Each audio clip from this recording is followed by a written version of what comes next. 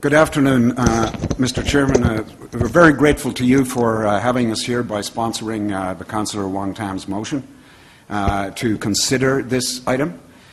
It's something like this. I'm really proud of my community who come together and raise the issue of public policy.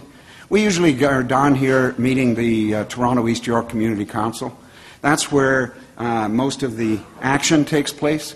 But here it is an issue of the policy of the city. And we're asking you, and we appreciate your bringing this along, but we're very disappointed in the outcome. Because the reality is, if you look at this map of the development activities that are happening in this area, just look at the 40, 50, 60-story buildings. Number 11 on the bottom is Aura.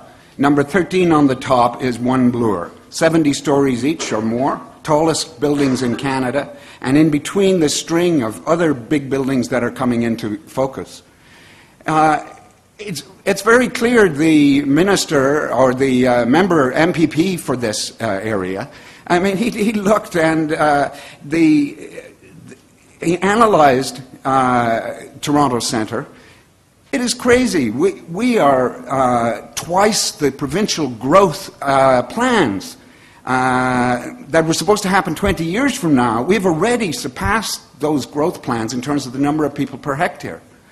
And there are a huge number of other buildings coming along. And where that red mark is, and the other area on the other side of Wellesley, is belonging to the City of Toronto. Both these plots of land have been put on the market within the last 3 or 4 months. And if you can believe, see this is the Toronto Parking Authority opposite Wellesley Street, the green on the top. You see the 11 Wellesley West Park on the right, and on the bottom is another photograph of 11 Wellesley West.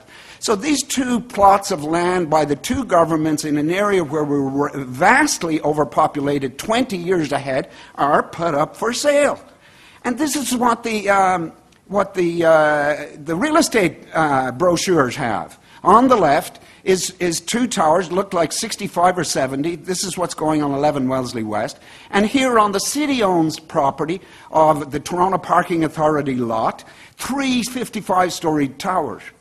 It is absolutely balderdash. There is no way either of those are going to get through, because, and yet, both governments are, selling a pig in a poke. It's false.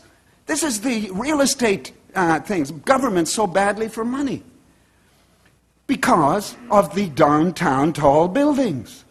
It took 8 years for the downtown tall buildings to come through here. Our previous councillor, Kyle Ray, wanted that blue line, Yonge Street, to be a bloody tower heaven.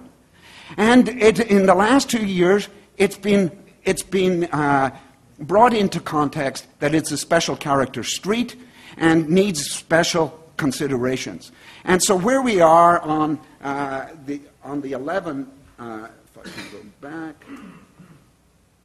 So there's Wellesley, and you see that color there. Well, down there it'll tell you that color is 62 meters to 102 meters. And back here, this is what the real estate salesman is offering to buyers. We are really, the community is really grateful, Mr. Chair, that policy committee of this government, of this administration, has taken to look at this. It is a very, very poor response to go and have one meeting with Infrastructure Ontario and not address the underlying issue. You cannot go along and making imbalances in this intensification, regardless of, people don't mind being engaged, but there's something else blowing along this, and it's outside of our control.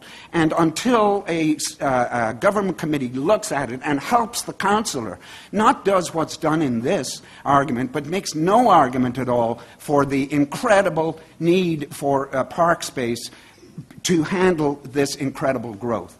So we're very grateful to you. and I appreciate your time. Okay. Thank you very much, sir, for coming in this morning. Is there any questions of the deputy? Seeing none, thank you very much.